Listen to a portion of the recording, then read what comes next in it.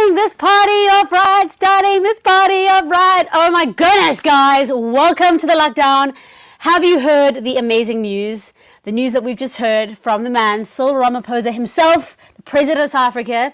Finally, and this as a musician is the best news that we could be receiving, we are allowed to do events and gatherings of up to 500 people outside and 250 people inside, which means we can finally perform live shows for you guys. Yay! Very stoked, and welcome to everyone who's out there watching the lockdown. Guys, if you have absolutely no clue what this is, my name is Jules. I'm from the band Good Luck, and shout out as well to all the DJ Fresh fans in the house. I know we're streaming live to his page. It's not that random. We are going to be interviewing him a little bit later in the show.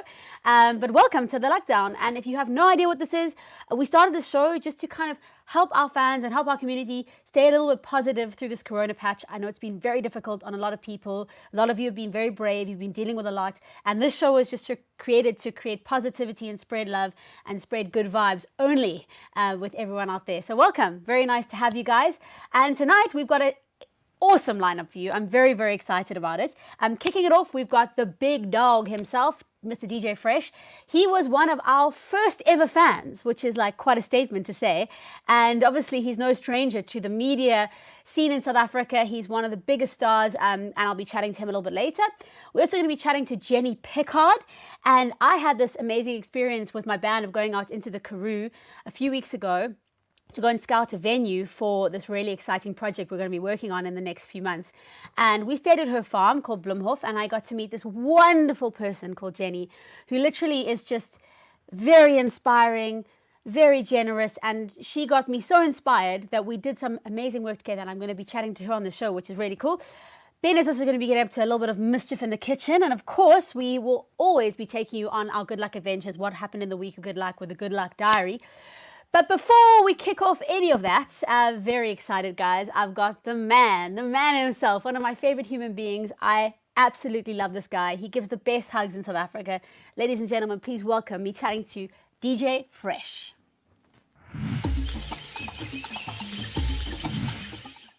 Big guy, big heart, big laugh. I love you so much. The host of the 947 Drive Show, Mr. Fresh. Hello, how are you? I am so good, and more so that we're in the same room. Jeez, when last was it? Yeah, I know, man. Virtual room. It's not the same, but it's like it's the best we can do. I mean, we've been on so many gigs with you. We've seen you backstage. We've got such a great connection. We've had a great connection with you since like the last 10 years of our career, and I think you were one of the first DJs to actually spot Good Luck and notice us. So we've always, loved you for that. In fact, I think it was a party in Cape Town in Llandudno. Yes. I think where I got your I think it was your first release was on was it those paper flip covers? Yeah, yes, it's black and yellow CD thing, yeah. Yes, and I went on radio and played it. I remember that very vividly. So safe to say you discovered us. You took us to radio, and we'll always love you, and we'll always be grateful to you for that. And my first question is pretty much about that. You've been doing this since the 90s. You've been doing radio, been doing TV since 1992 and 1997.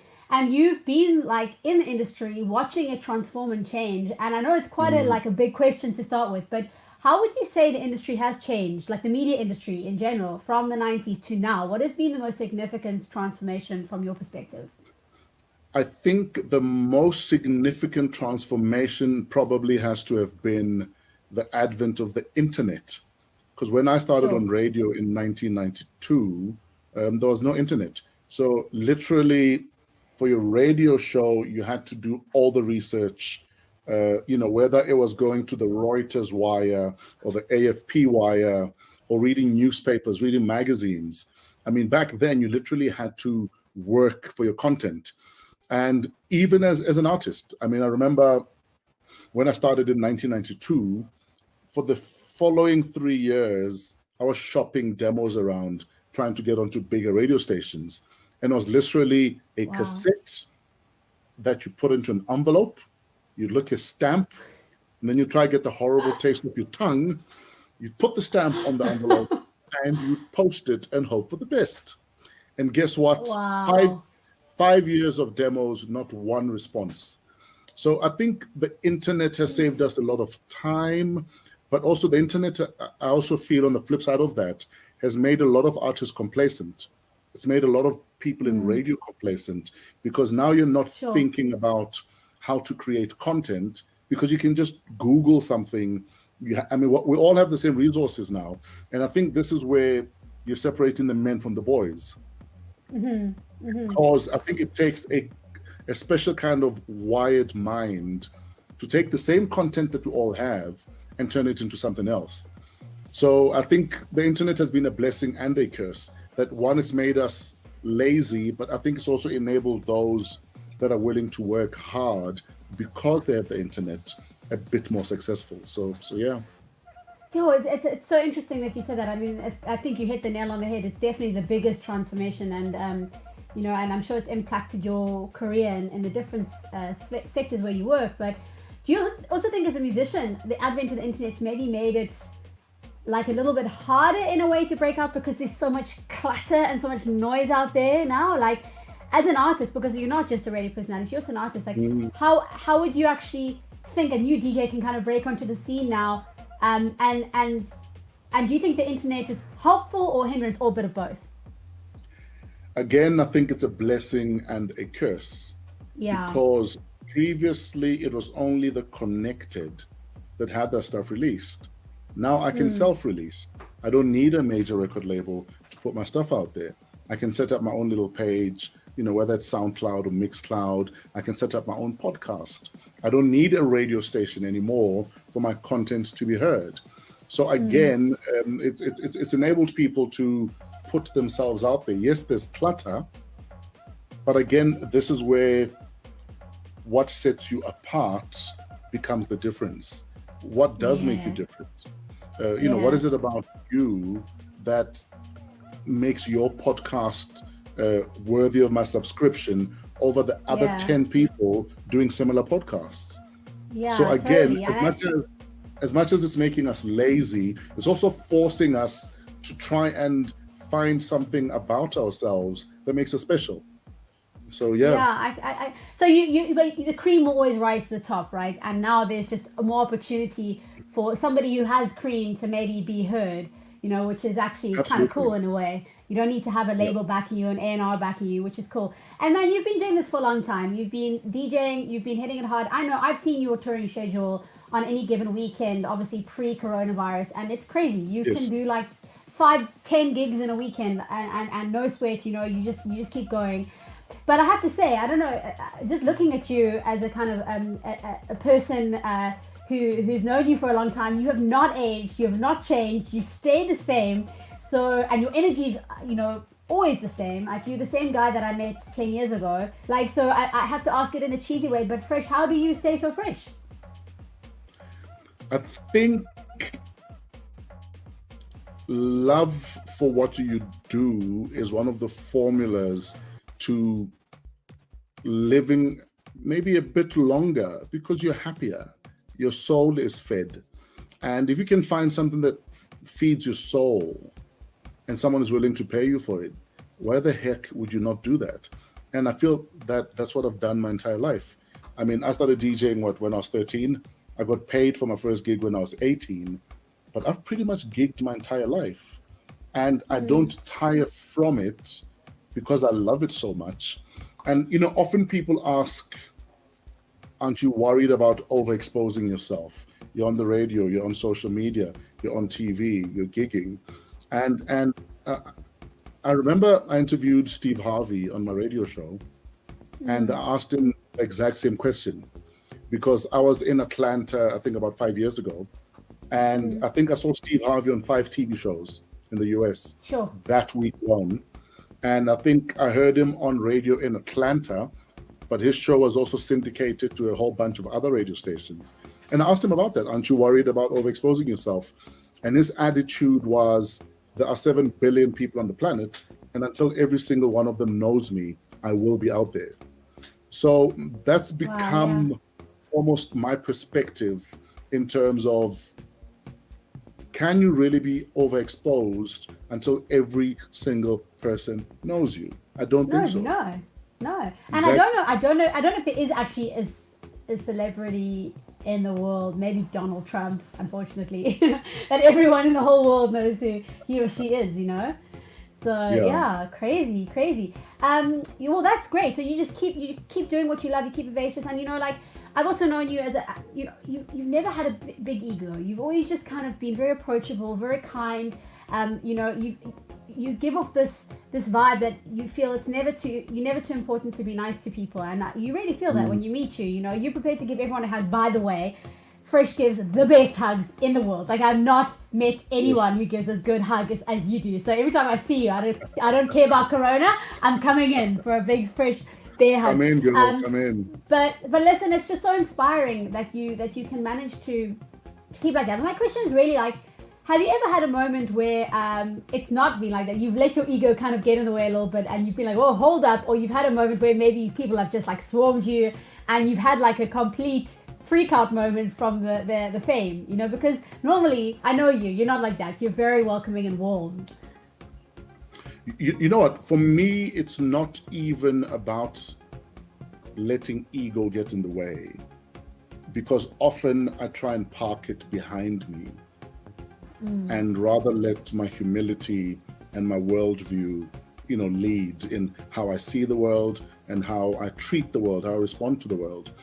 But there have been moments where I felt security was slacking and I almost lost it.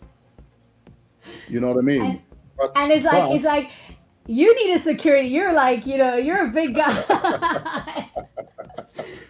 In fact, I'm more likely to shout at security for treating people like rubbish than I am to be upset about people mobbing me. Because sometimes you get into a venue, and because security want to walk you through the venue, they're literally pushing people out of the way versus let's just navigate our way to get to where we need to get to. And you know, there's a fine line between making someone's event and ruining someone's event. Sure, and if I saw good luck walking into an event and the security were treating all of us like rubbish, my perception of good luck is that they're full of crap. Like, what kind of security does that? So that's always my attitude, that even security must respect people, and more so that you're dealing with people that've had a drink or two. Of course, they can be annoying, but you're the big guy here. You know, so treat people with a bit of dignity and respect, and we can all enjoy the event. So I'm more likely to lose it at security than at the mob. I love that about you, Fresh, and you really give off that vibe. It feels like I've seen you with fans. I've seen you backstage at like H2O and various parties, and you just really you've got time for everyone, and I think that's a beautiful thing. And I hope that you keep that. And no matter how many of the 7 billion people know your name, I hope that you always keep that about your persona, because it's a beautiful thing. It's so real, and I think people really appreciate it. So listen, now I want to play a little game with you. We're going to start. It's called the Fast and the Fresh. Okay, it's basically some short fire questions. Like, if you don't want to answer one, use pass, because like I want to see how many we can get through in 60 seconds. So Nick, are you going to start the timer? Are you going to let me see it so that I don't? Okay, cool. Nick's got the timer. Okay, so say when. Okay, I'm going to tell you when. Start the clock now. A movie that made you cry. Braveheart. Your bedtime. My big time was probably... bedtime. Oh, my bedtime is... I don't have a bedtime. Okay, perfect. Your last TV show that you binged on. I literally just finished I May Destroy You. Awesome. Biggest splurge. My house. It's a nice little plot. It's a nice... I live on a farm. Your most painful tattoo. My most painful tattoo were my kids. And I think it was God saying you didn't carry them or push them out. So I'm going to make this sore for you. Your first car? My first car was a Golf 1 in 1998. I paid 30,000 Rand for it brand new. Favorite song right now? Favorite song right now? Oh my goodness. I don't know that I have one. I don't know that I have one currently. And time's up. Oh man, I want to know the answer to that question. Anyway, but I'll chat to you about that later. I think you got 8 or I don't know, lots. Well done. That was very good. Very, very good. The thing is, there's so much music that's come out over lockdown, and I'm literally listening to all of it, and I'm listening to all the genres. So I don't necessarily have a specific favorite, but I'm listening to a lot of music. In fact, I've listened to more music over the last 6 months than I probably have over the last 6 years. So yeah. So we're doing an unplugged album now at the moment. So I'm going to send it to you before anyone else to listen to and critique. Please, is that cool? Please. Okay. Yes, please. Since you found us and you took us to radio, I think you need to do it for us. You need to help us out with that, man. I know you will. So Fresh, listen to me. 2020, man. This lockdown, things have been wild. We know, artists. For your radio stuff too. I'm sure you've had an impact on that as well.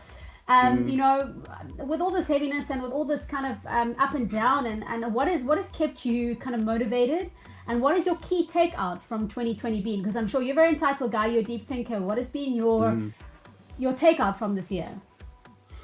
I think one of the big takeaways from this year for me personally is the fact that we need to relook at how we relate to and relate with money as an industry. Because, we're often told, put away enough money to last you 3 months for a rainy day. But COVID-19 has shown us that 3 months of money is actually nothing. And so I'm really literally re-looking at how much do I save, and do you stop saving?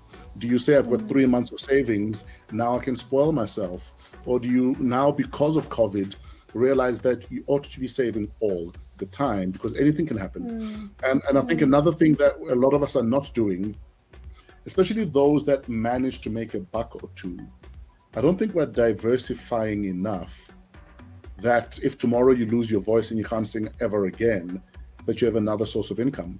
And I think we need to start maybe looking at that. Totally. But my bigger concern about our industry is the fact that probably 99% of people in our industry are faces you'll never know, faces you'll never see, and they're paid rubbish. So how do they survive if we have another pandemic, when already they're living from gig to mouth? And it's almost reminded me why my parents said, just get a law degree and stop playing music. Yeah, I was saying, like, what advice do you give to anyone who wants to start? Don't start. Do something else. It's not pandemic proof. In fact, my advice is, if you have a 9 to 5 and you can juggle that with your passion, do that until you know you have enough critical mass in terms of either your following or that career you want to take before you drop your 9 to 5. I know so many DJs that dropped 9 to 5s like years ago that were already back at the 9 to 5s even before Corona, because the industry has slowed down. So I think we seriously need to look in the mirror when it comes to our careers in the industry. Yes, and not be proud, and not be too proud. Yes. Yes, absolutely. I mean, there's like none of the rules apply. I mean, I'm finding myself selling all kinds of crazy things that I never thought I'd be selling, and it's and trying to link it back to music as much as possible. But like, that's the reality, and you just have to adapt. I think that's very sage advice. And Fresh, you've been an icon of house music since 1985. You've been in the DJ box, which is crazy, and you've DJed all around the world. You've played clubs all around the world. You've had crazy experience. You played the biggest festivals to the most kind of niche and exclusive nightclubs.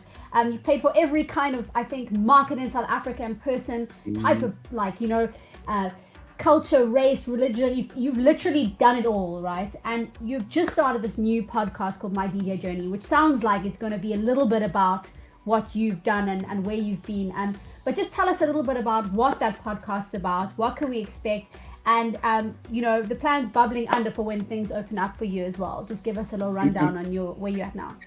In fact, that podcast for now is literally just revisiting every release I've ever made. Awesome. So I mean, I've had almost 40 releases to date. So every week we'll revisit one of those releases until we've done all of them.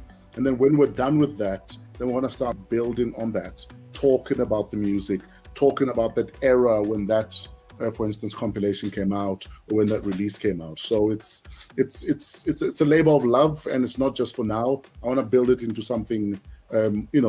If we need to add TV, we'll do that for argument's sake. So that's what it is for now, though. Yeah.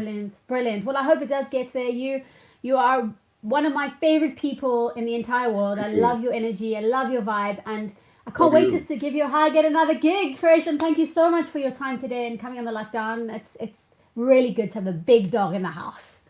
Ooh. Thank you so much, guys.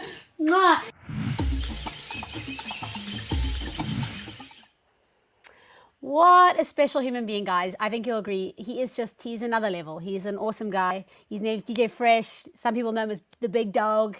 He gives the best hugs, and it's an honor to be chatting to him. Shout out to everyone who is watching from his Facebook page. Don't worry, he hasn't been hacked. We are bringing you the Lockdown live to both the Good Luck page and Fresh's page tonight. And just big shout out to all the fans streaming in. There are lots of comments. Keep the comments coming, guys. If you want to comment, we want to have you in the show. I just want to have a look. There's a comment from Ike Cloney Lick. It says, big up to DJ Fresh. I've looked up to him for the past 10 years, and this guy's my inspiration. That's super cool. Masachaba Makoti says, my big DJ. Of course, he's the big dog. He's the man.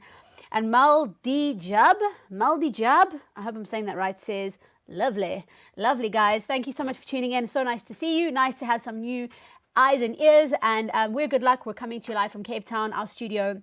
This whole show is just about keeping everyone a little bit inspired and sharing the good news and positive stories with the positive people out there doing good things in the world. And so, we've been trying to keep our fans and our family and everyone out there a little bit more sane during lockdown, because it's been tough on everyone. And if you are enjoying what you're watching and you love our show, please do support us on Patreon. We've got a Patreon page. All that means is you sign up as our monthly supporter. We give you guys exclusive behind the scenes content. We give you new music before anyone else gets to hear it, which is super cool as well. And we have one-on-one streams and engagements with you guys. So it's just a direct line of access to us as a band. So the link is here. Go sign up. We'd love to have you in the family. And speaking of Good Luck, this past week's been epic. Lot going down. You guys would have just heard Cyril announce that we can finally do parties up to 500 people in outdoor venues and 250 people inside, which means we can finally get back to live gigs. And I'm so stoked. And we kicked off this past weekend with our first live show to only 50 people, because that was the maximum on the weekend. It was my birthday. We had a party in Cape Town on a rooftop, and we thought we'd just take you a little bit behind the scenes. This is the weekly wrap of the Good Luck Diary. Enjoy.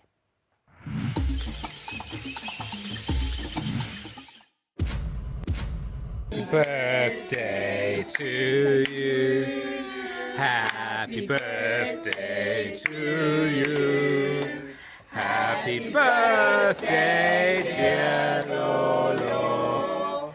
Happy birthday to you. Yay!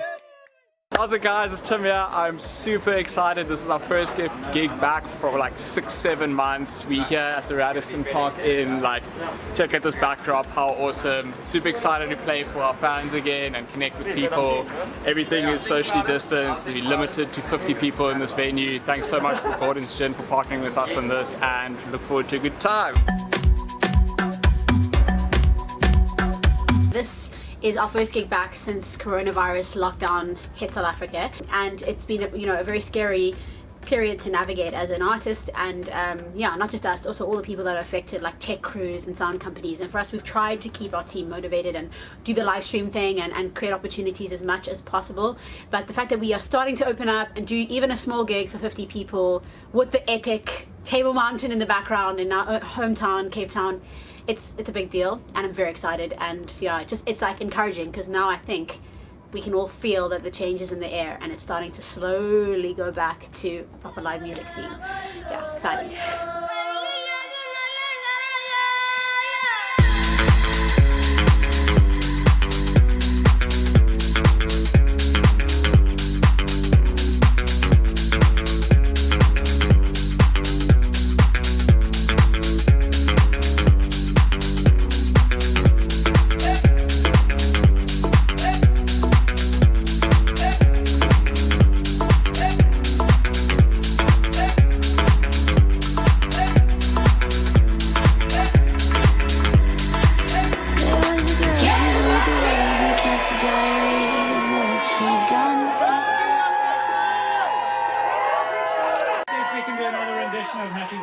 for Jules. Here we go, one more time. Happy birthday to you. Happy birthday to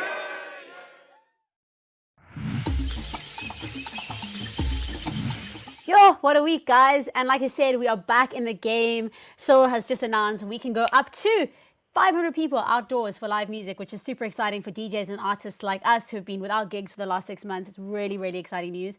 And welcome to the lockdown for everyone who's watching. Super nice to have you here. We have a segment now that I'm really excited about because for two reasons. Firstly, a few weeks ago, we got to go to this most incredible place, the Karoo. And I don't know if you guys have ever had the opportunity to go into the Karoo, but I guess for me, it was... my expectations were kind of like, I didn't really know what to expect. We went out into this expansive landscape. I knew it was going to be desolate. I didn't know what was going to be there. But we were going to go and start this journey of discovering a new project that we were about to embark on with our band Good Luck. So we went out there with really open minds. And let me just say, I have been completely and utterly spellbound by the Karoo. It is the most remarkable place. We stayed on a guest farm in the Karoo, right near a town called Richmond, called Bloemhof. And right there, I got to meet the most awesome woman called Jenny, who's doing such extraordinary work in the community and with the people of the Karoo. She's really passionate about the Karoo. She's really passionate about nature. She's really passionate about people. And she's a wonderful human. I got to interview her in the Karoo on this guest house. And then I might have imported her back to Cape Town, but you'll have to wait to find out. This is my chat with Jenny Pickard from Bloemhof. Enjoy. Jenny, this place is like absolute soul food. The Karoo. I mean, we're sitting here on top of this koppie. I know. What drew you and your family to the Karoo in the first place? Jules, my husband and I really wanted to have a game farm, and we just knew that it needed to be somewhere that was close enough to Cape Town that we could get to, and the Karoo was just the sort of obvious place for us to be. Yeah. We'd also visited in Graafrenet a number of times when the children were very little, so we did have a sense of loving the Karoo. And you, when you found these two farms, or this farm, actually it was two farms originally, what made you feel like this is the spot? This is where we found our perfect place. We found a place where we want to start building our legacy and building our dreams. You know, we love the vast expanse. We love the topography. There were a large number of herds of antelope, which was really up Jan's alley. Yes. And we loved the fact that it had been Professor Chris Barnard's farm. You know, Before? Yes, no, Amazing. we actually bought it from his estate. Incredible. So, in essence, it really just felt so right for us. I did feel it was a little bit too large for us to manage, but we've managed quite well, I think, and it's very dear to us. My children adore this place. It's your family heartbeat, this farm. I think it is, and you know, I think that when you are involved with land and community and families, there's a very deep sense of association and belonging. You, in a way, are made custodians. Yeah. Of just landscape, animals, people. So you feel a very deep sense of responsibility, and with that comes a great sense of reward. Does that make sense? Absolutely, that makes sense. And I mean, we're sitting here now, part of the land of the Bloemhof estate and the Ratelfontein estate and farms, and we're sitting here just in this expanse in the middle of nowhere, and you're just feeling the sense of connection to the land and the sense of just incredible history and incredible. I don't know, there's like another kind of energy in the Karoo that I think a lot of people don't perhaps know about, and perhaps they haven't, like you said, they haven't visited.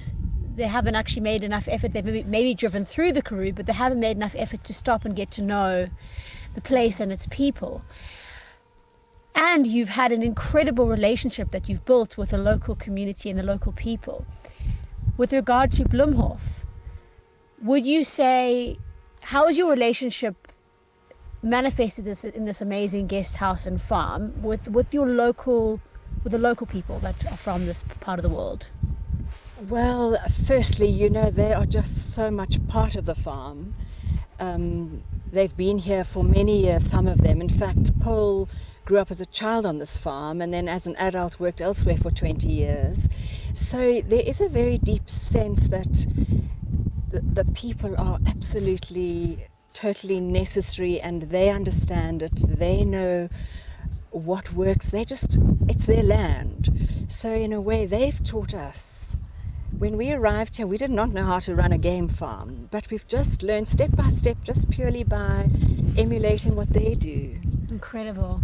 And in getting to know the farm and the staff and the community from the spot, specifically Bloemhof Karoo, talk to me a little bit about the relationship and the responsibility that you have imparted to the people who are from this place, in terms of realizing your vision as somebody who wanted to start a guest house here, somebody who wanted to bring the opportunity to this part of the world. How much of it has been on your shoulders, and how much would you say has been on the shoulders of the people that are from here? Well, I would say that we're completely interwoven in a way, because I might have the vision and want to create certain opportunities and turn like storehouses into bedrooms, but they're the ones that just know how to do it and what'll work, and the water comes from here and we'll pump it from that dam. So I think it's a very symbiotic relationship.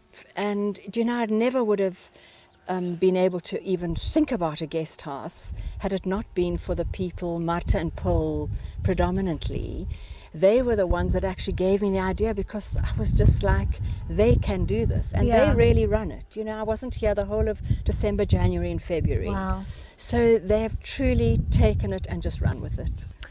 And with COVID and the situation that we've all been experiencing, do you think this could be, we spoke about it before, but do you think this could be the next touristic sort of undiscovered gem of South Africa? I really, really do. I think I mentioned to you, it's sort of known to possibly become the viral free tourism hotspot. It's these huge expanses, isolated establishments. Very little coronavirus around. Absolutely, very, very little. I think there were 1 or 2 incidents in Richmond, and they came directly from the Western Cape, and that was a month ago, and were eradicated. And really, that whole community is well. It's so awesome for us to know that these people are kind of safe here. Yeah. Guests and our staff and their families. And they've all been here since pre-lockdown. And I truly do believe that this Richmond community is safe as you can be from this virus. Through the journey of obviously coming here, starting this guest farm, connecting with the community, you're now in a position where, through this whole COVID-19 pandemic, you've obviously felt a calling to help some of the local people in the area that have been struggling, because we know this is a very harsh climate, and in winter it is, it's desolate, it's barren, it's cold, it's real, and you have started this incredible feeding project where you are now feeding hundreds of people in Plakkerskamp, which is just outside of Richmond. Mm-hmm. How did you start the journey to that calling, and what have you been doing with it? Well, we started the journey just by one day. I said to the ladies here, I really think we need to do something in Plakkerskamp. I do know that is the most marginalized community in the Richmond area. There's no electrification. There are 4 taps, and everybody is in a corrugated dwelling. So it's very, very harsh. And -2, -3 absolutely, degrees. Absolutely. Crazy. Yeah. And in a way, it was again a project that me and the ladies here, we just embarked upon. And they were just like, yes, we have to do this. And it was wonderful that we were all doing this together. I could never have gone in there on my own, because I wouldn't have understood it intricately enough. Our one lady, Efa, used to live there. Okay. So she knew only too well, where we access and how it all works, and who are the most marginalized families there. And we just literally started taking soup in. We we took food parcels in, and we then put it onto our Instagram and got some wonderful support and care. We've actually given out about 130 blankets. Incredible. Brand new blankets. I think it's so wonderful for a person to have something new. Yes. So it was a blanket with a price tag still on, and I've actually got another 51 to give out in the next day or two. Beautiful. It's going to get cold here. And we've actually managed to get the names of all the families living there. How many families are living? Do you roughly? Do you have an idea? 170 families. Okay, all right. So it's a lot of people, but it's a community that if you actually put effort in and assist, you can see a very real, tangible result. You can. It's very manageable. It's not hugely sprawling. Yeah, that's wonderful. And I do want to see in time where we can help with children that some do not have birth certificates. So we'll look there to seeing how we can help. Leads perfectly on to my next question. What is your hope for the future of the people of the Karoo and the Karoo itself? It's quite a difficult question, I guess, because there's probably many different wishes for this place. But if you could just pick two things that you would hope for the people and for the place.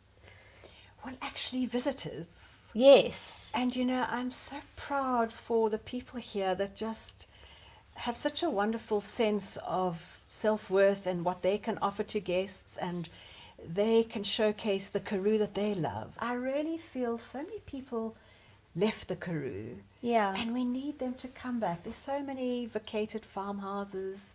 And I really think that with the world becoming so full, people maybe want to become less urbanized. So yes. My hope is actually for an influx back into the Karoo.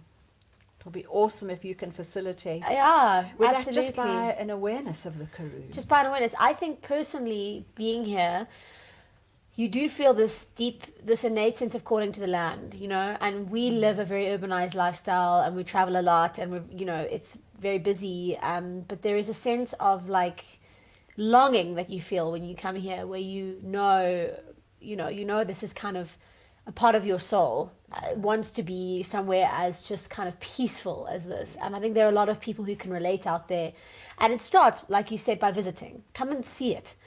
My personal feeling about the Karoo is that it is a little bit, it's so magical, but it's a little bit forgotten about, especially on the tourism side, They say the world is divided into people that have driven through the Karoo and people that understand the Karoo. Oh, there we go. So maybe if we can make that shift a little bit from the drive through the boring straight roads to an understanding and a knowledge and an association with the Karoo. I mean, this place is, for me, just the most remarkable spot, and I can not recommend it enough to anyone who is wanting to come to the Karoo.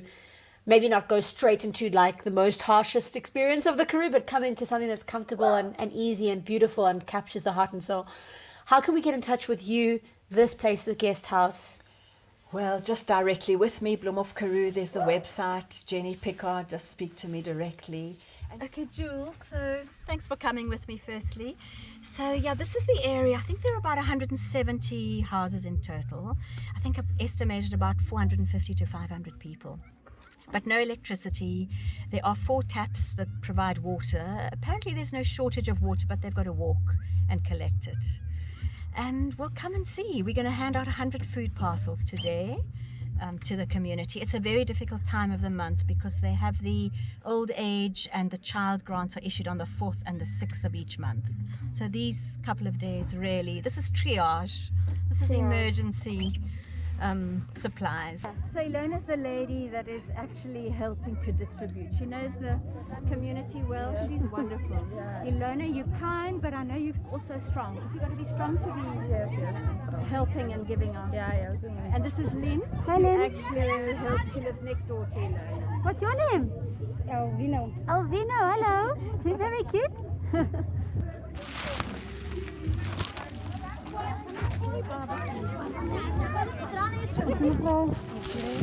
The evening lights, the desolation, and just the most incredible peace. I'm honestly in love with the Karoo. I never thought I would be. Whenever I thought of the Karoo, I just thought of a desert, dry and barren with little going on. But it is the most just the most incredible spot, and I will definitely be back here at Bloemhof. I'm so excited for our filming and for our project, and I'm so excited for just to tell the story of the Karoo. We've been figuring out what that story is going to be, and I think it's going to be incredible. I think it's going to be telling the story of the timelessness of music with the timelessness of a place like the Karoo, and how those two interlink. It's so cool. I'm very excited. Here's to the next chapter.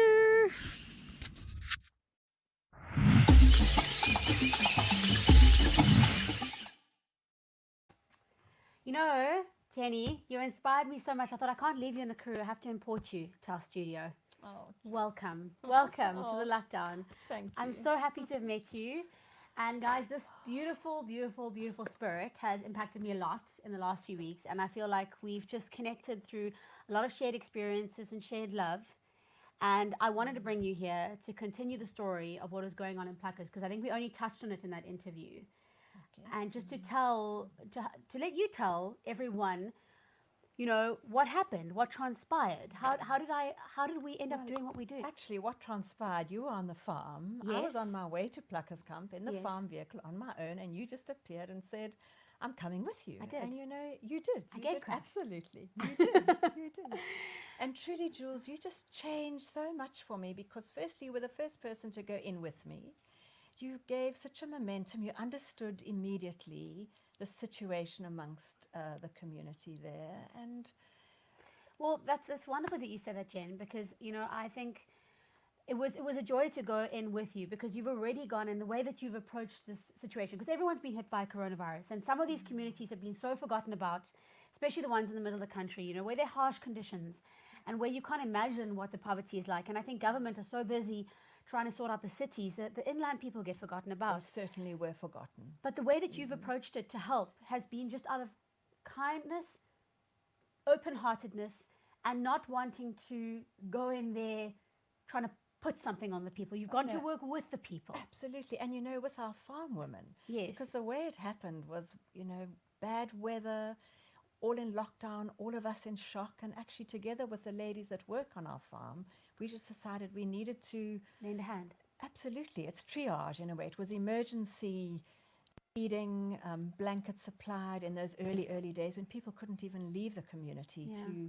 to get anything for themselves. Oh. The little bit of contract farm work was not available to them. And you've done incredible work, Jen, but I think just for me, the experience was so profound coming into community, because everyone knows we've been doing a lot of community work with Good Luck in Yeah, the we city. have.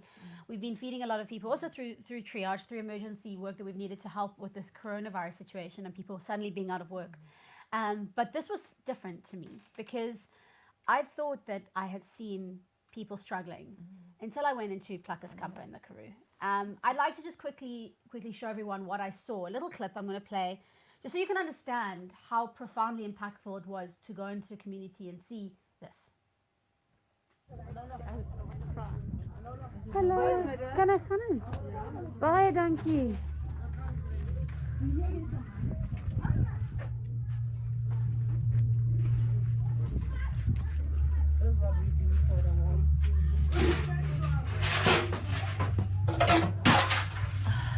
Hallo, wat is je naam? Konita, my grootnaam. Olita. Konita Konita.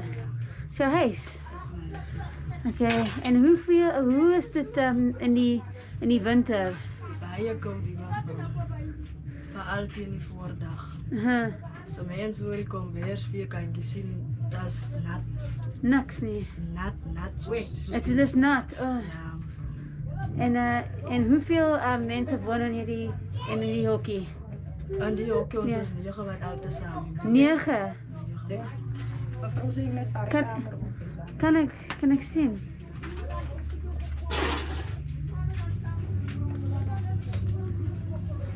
Negen mensen wonen hier in het bed. Nee, mevrou is net ek en my babatjie en pa en anders nie. Mag jy voel? Kan ik zien dat?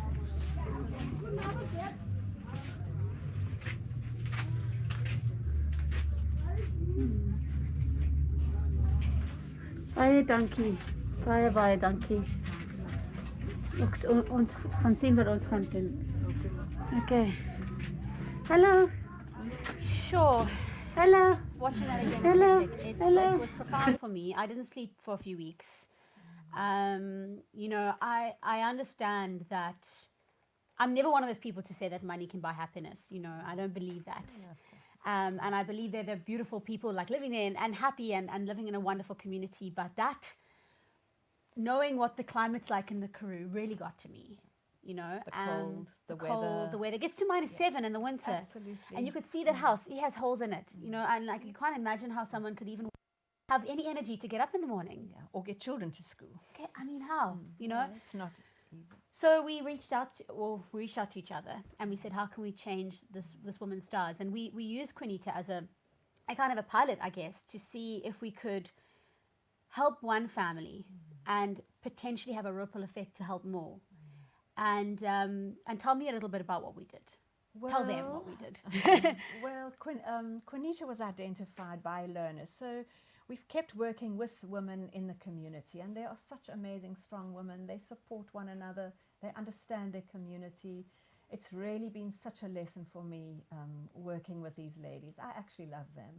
So once Milona identified Quinita and we went into that home, she now has a beautiful new home, thanks to Jules and good luck. Hold up, thanks to our fans, thanks to you guys and all the donations that we received. Yes, well, yes. So her life is now just on a more even footing. You know, she has natural light. It's a little zinc house, 3 by 9 meters, windows. She can really actually face the world each day. And as a result, she's now found work on road maintenance project, which still has to unfold, but it's almost like things changed for her. This just uplifting her and putting her into a house. Did we show them the house? Like putting her into a house and putting her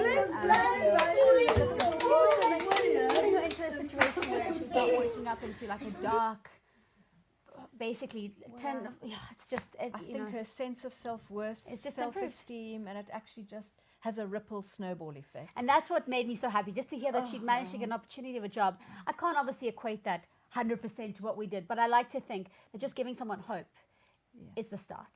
It's the beginning of the change. It and is. now Ilona's actually identified a second family. Awesome. I've visited the family, and I really am happy. I think, Jules, this is going to probably happen within 2 to 3 weeks. That Beautiful. There'll be another story like that. Phenomenal. So, And the story continues, Jenny. You know, I think if you want to get involved, please contact Jenny, reach out to her. I'm going to put her details right here on the screen. Or you can also reach out to us if you're not sure about what you can do. If you want to get involved but you're not sure how, you can reach out to us, bookings@goodlucklive.com, or you can reach out to Jenny. Her contact details are there, Blomhof, Karoo, lionkaroo.co.za. You can get in touch with her. She's doing phenomenal work in the community. I'm very proud of what you're doing. And I think what's so wonderful is that the story continues. You know, this is like the first chapter, I feel. We actually have children now cleaning refuse, renovating the environment. I want to start a kite flying project with the children. Oh, that's so cool. Really, you know, there's limited ground, but there's tons of space. You know, and just to be able to connect with people and just to be able to actually understand the language of the people in the Karoo. Well, you understood it in an instant. You did, you? It was a privilege for me to visit, and it was a privilege for me to be a part of it, and it was a privilege for me and our fans to change somebody's stars with your help. And I hope Giving is the gift. Giving is the gift, and I hope that we can continue to do that for many, many more people. And I just wanted to say thank you so much, and let's continue writing this book and the story of hope, right? Absolutely. Of goodness. Hope, goodness. Ah, you're a Good wonderful luck. human being, Jenny. It's been a treasure to meet you. You know that. I've told you that. Thank you so much for coming on the show today. It's been really, really awesome. It's been to an have honor you. for me. You know that. Oh, bless you. Despite the nerves. I know, she even had to have a whiskey before. But guys, we have got a very big treat now. Ben, who is like one of the kind of top chefs in the band, shall we say, he's always cooking for us. He's actually going to make something delicious because we've got something to celebrate in our band. And I think he's going to be making a very, very delicious form of a song that we have out at the moment. Have you heard our song Rum and Cola? Absolutely. Get it like rum and cola. So I think Ben's going to be cooking something for you. So Ben, I'm going to go say over to you, Benny boy.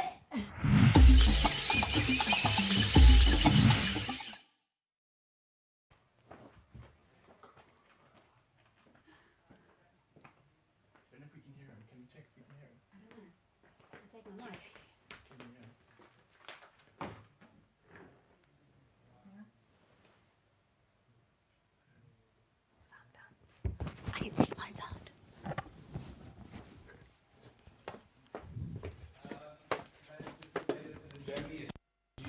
It's really, really special that it's going to be like.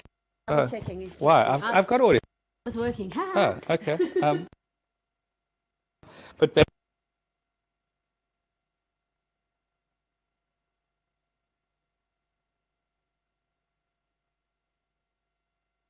by making something quite special, which is the things before trouble. There wasn't sound, and now there is. It's unmuted. It's unmuted. Okay. There we go. Yeah. Okay. Bye. Back everyone. And raisin ice cream is one of my favorites, and it's to celebrate rum. I could make you a rum cola, but that's kind of a boring. We're going to make this super easy. I was just challenging. So Nick, bring the camera up and you can check out. So the recipe is super easy. I've just pre-whipped up some egg whites here. It's just 4 egg whites, and we're going to get this blasting along here. And all you do is make sure that they're nice and frothy. And when that's happening, you chuck in 3 tablespoons of caster sugar. Woo! All going here. And the rest of the egg yolks. And what you're going to get is this kind of beautiful, let's just turn this down a bit so it's not so crazy. This beautiful eggy custard. And we're going to get that into a beautiful froth. Okay, so it's looking like this amazing emulsion. No, it's not an emulsion. You would need oil for an emulsion. But it's basically beaten eggs. Okay. And then what we're going to do is we're going to just a bit, and we're going to fold in some vanilla paste. So I did 4 squirts of a 50 ml thing of cream, and that's going to go into, and you can see all the lovely bits of vanilla bean in there, and then you just fold it together, and that's what's going to make this beautiful rich ice cream through the magic of TV chefery. I've actually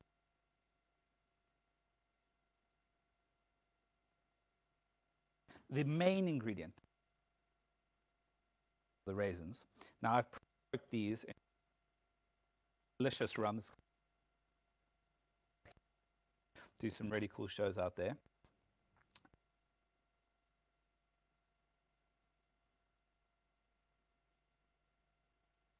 Crazy spiciness.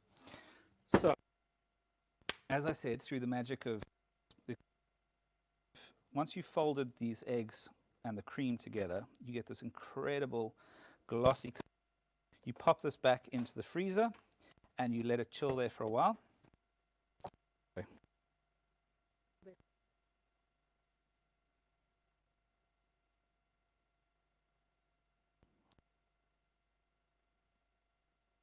Hang on a second. What happened to the other?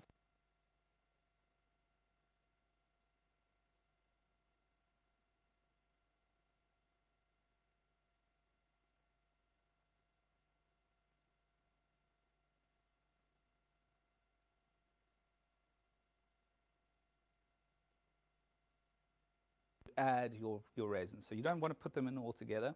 You're going to make like a beautiful vanilla ice cream, and then halfway through you can stir in your raisins. Now what you could also do is you could make what is, I think Jamie Oliver made this famous as a semi-Fredo, which is when you just take regular store-bought ice cream, and you can stir anything into it when you make it soft. So, as you can see, this ice cream is beautiful. Those egg yolks making it a crazy yellow color. And Jules, are you ready to join me for a little rum and raisin ice cream? Okay, we're going to get some music going in the background whilst this happens. And whilst that's going, Jules can tuck into this. Hey, not bad. Our song blowing up in Germany. This is to celebrate our song. A rum and raisin ice cream for Juliet. Just got on radio in Germany, thanks to Germany for loving the music. And this is a rum and raisin ice cream, courtesy of Ben, homemade. Hey, not a bad way to celebrate. How's it taste? I don't want to know about your dancing, I want to know about ice cream. Super creamy. Yeah? Tim should have some, but Tim's busy doing the visuals. Turn into these incredible big juicy rum flavored like explosions in your mouth. It's such an easy recipe, guys. Give it a go. Tim, if you can put the recipe back up there again one last time so everyone can see how to do it. No, it was a bit crazy with the sound tonight. Apologies about that. But thank you so much, and thank you for joining me on. And up next to close the show, we've got awesome artist from Hout Bay. He's such a cool guy. His name's G-Boy, and this is his. Till next week, guys. See you on the lockdown. We love you.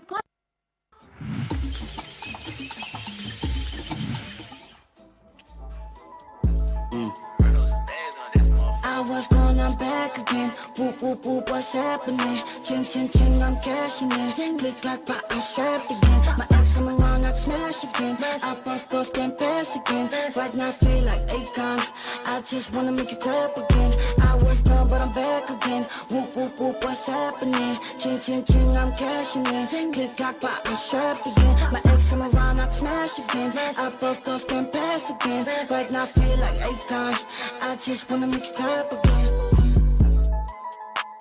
New thing, all about a new thing. Shit, I had a new goal, but she had mood swings. Had to let her go, now I'm looking for a new queen. Then I went to Josie, bought a couple Gucci. Got a lot of coochie, ate a lot of sushi. On to the next fat booty in the two-piece. Got a lot of groupies, and they wanna do me. No lie though, hands on the Bible. I was suicidal, tripping on my rival. Look up to my idol, wherever I go. I must have corona, cause now I'm going viral. This is a movie, haters don't move me. Everything cool, be exactly how it should be. You try to break this down, you gon' get this down. Why you bitch suck me in the back of jacuzzi?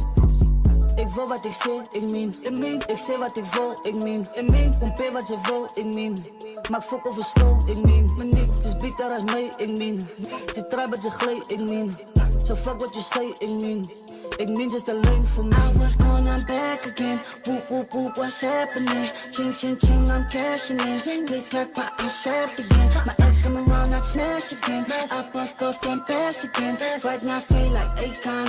I just wanna make it clap again. I was gone, but I'm back again. Whoop, whoop, whoop, what's happening? Ching, ching, ching, I'm cashing in. Click, clack, pop, I'm strapped again. My ex come around, I'd smash again. I puff, puff, then pass again. Right now I feel like Akon. I just wanna make it clap again. What's happening? Ching, ching, ching, I'm cashing in. Click, clack, pop, I'm strapped again. My ex come around, I'd smash again. I puff, puff, then pass again. Right now I feel like Akon. I just wanna make it clap again. I was gone, but I'm back again. Look at reference to what's happening.